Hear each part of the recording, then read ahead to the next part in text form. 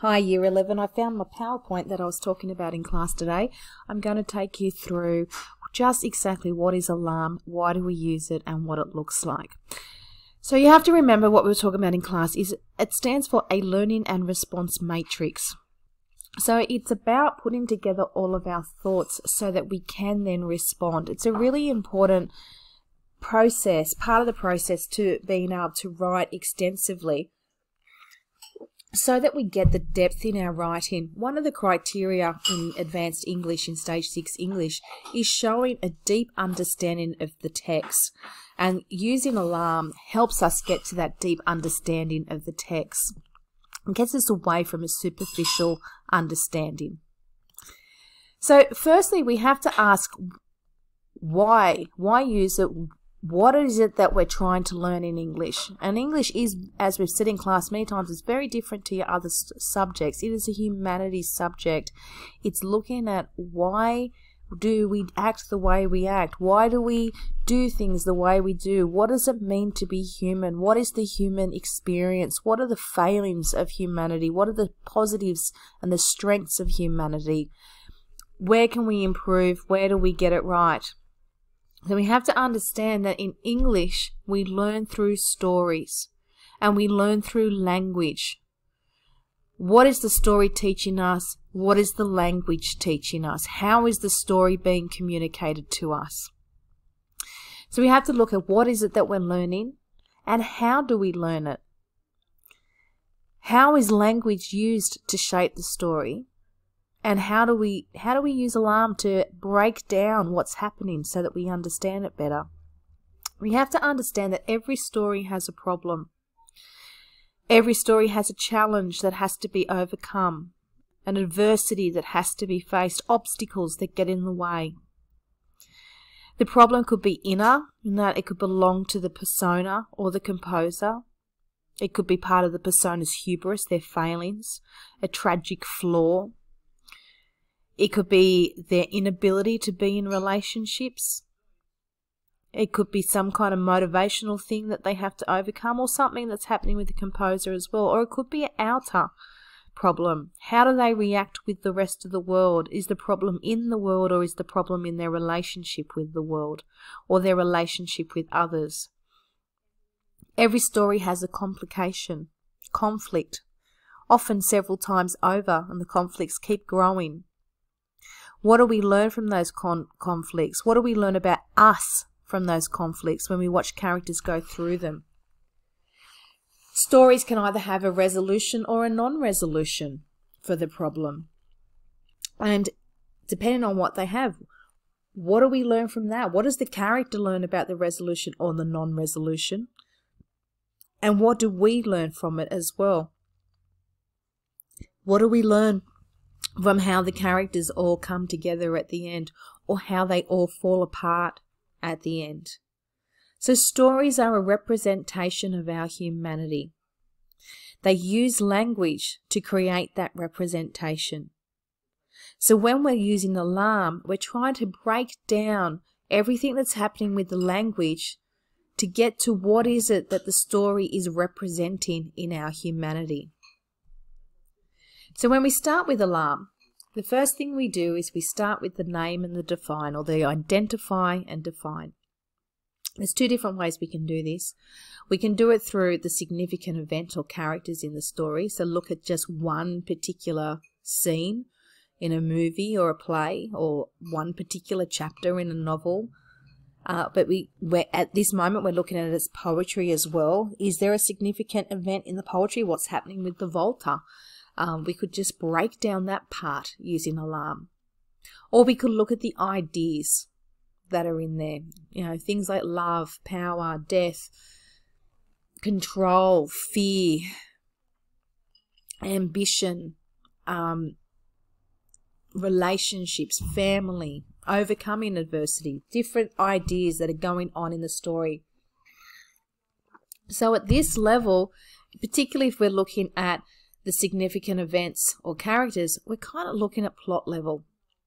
This is the real basic stuff. We don't want to spend too much time on this, but we do want to get down what is the idea, or what is the significant event, and give a brief description of it. of what it means. Then we elaborate on that. We get to the describe section and we elaborate. Once we know what it is that we're going to talk about, are we going to talk about, the fight between two characters? Are we going to talk about Iago manipulating Othello? Or the moment Othello has seizures? Or are we going to talk about ideas? In Yeats, the conflict between aging and youth, death and life, immortality and mortality. So we're going to elaborate on that, and then we're going to put down all the things that are happening in the text that show us this idea or this event or character. So you want to put down all the language forms and features. And you've got to ask, what is the purpose of it? You have to remember when an author chooses what language, their language choices, what metaphor they're using, their simile, the personification, a syndeton, the structure of sentences, the rhyming scheme, enjambment, putting a story in a 3-part novel, or starting in media res and starting in the middle of the action. All of those things are done purposely, and they're done to position us in the story, and they position us mentally or physically, sensually, and imaginatively. So it's done to give us a sense of immediacy. It puts us as the reader here right now with the character. Then we move on to the explain, and here we then add to all of our techniques and our language features and forms. What's the function of it? What's the purpose of it? So here we want to say, what is the mood? What's the tone or the feeling or the atmosphere that's being created in either the inner world or the outer world of the character or the composer? The purpose of language choices is usually to create empathy with the character or composer within the inner or outer world. So what's the emotion that's trying to be created? Is the fact that it's using a sonnet but not following iambic pentameter or the normal sonnet rhyme scheme to agitate us, to put us on the back foot?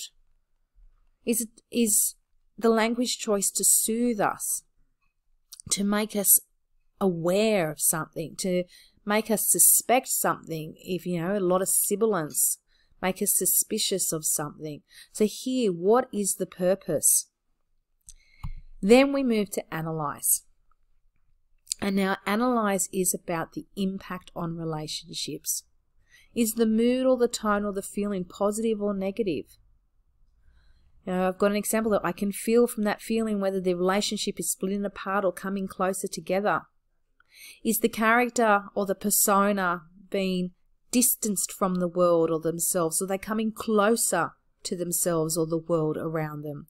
What is the relationship with us as the reader, with others in the text, and with the outer world?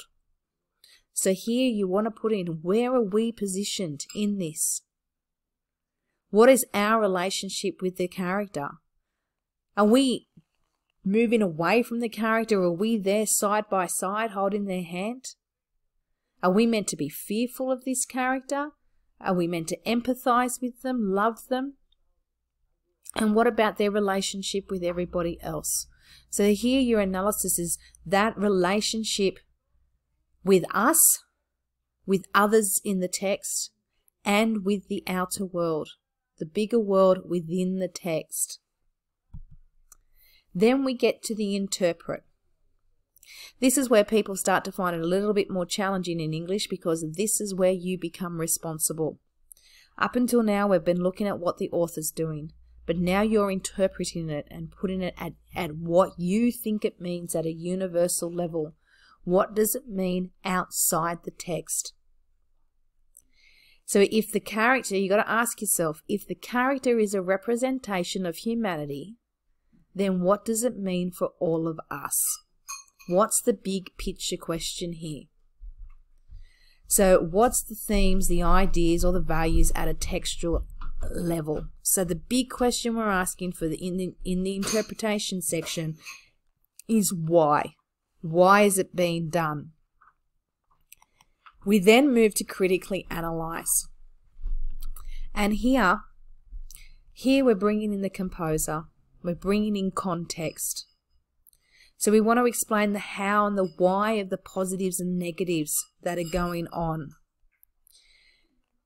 So what are the positives and the negatives of the language forms and features to give us meaning? Do the language forms and features enhance it, contribute, promote meaning, or does it obscure the meaning? Sometimes composers deliberately obscure meaning from us to make us think and question. And we have to ask why. What are they making us question? What's the question they want us to ask? So we've got to ask at this point, do the language techniques serve a purpose for meaning? And does it suit the meaning the composer is trying to get across to the audience? So we have to bring in context here. We have to bring in context. How was the composer shaped by their own context to bring us this? What is the composer's experience with that context? Is it positive or is it negative? Are they challenging their context? Are they subverting it or are they affirming it? Are they agreeing with what's going on in their bigger world? Or are they challenging it? Then we evaluate. This is to what extent. Is it successful? Is it effective? Does it teach us the experiences? Does it effectively represent humanity? We then get to critically evaluate. And this is when we're looking at the text overall. What does it do? To what extent overall is it successful? How is everything that we've explored combined together to create the meaning?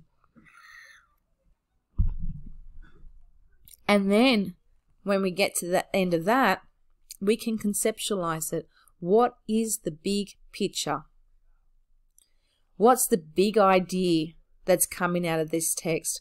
Lots of texts have lots of smaller ideas, but what's the big one? What's the message? What is the purpose of this text? What is it that the composer is trying to teach us? What makes it so important? And here it's asking us, how does that choice shape ourselves or our relationship? And then finally, link it to life. Why? Why do we need to learn this in the first place? This is the intrinsic stuff, the hardest part to get to, the appreciate level. And this would be in your conclusion. So when we're looking at a text, this critically evaluate and conceptualizing and appreciate would eventually inform your introduction and your conclusion to your extended responses. So really quickly, going back to the one that we did in class, the idea is it explores the difference between shallow physical love and intellectual love. It also explores the resultant reaction of love when it is rejected. That's how identify and define. Then it starts to move into the T sentences. What are all the things that are going on in the text to support this idea up here? And then here, what's the purpose, the effect? It creates a drowsy, hypnotic mood, suggesting that love is soothing. And then here, what you can see, I've done the describe and the explain. I've done it a few different times over and over because there's more things going on, and I just keep going back and forth, until I've got down everything that I want to put down. And then I get to my analyze. How is the audience positioned? And here, the audience is positioned to be a voyeur. We're watching this intimate relationship. We're not part of it, but we're watching it. We're observing it from the outside. Then the interpret. My bit. What does it mean? What do I think does it mean to all of us? What's it mean to our humanity? What's it telling us about humanity? And here, what is it telling us about humanity? It's saying, if one does not stoke the fires of love, the glowing bars diminish and love flees. That's what it's teaching us. It's teaching us to love and to work at love. Critically analyze, I bring in the context, and then I evaluate. And I'm going to stop there because we're going to run out of time.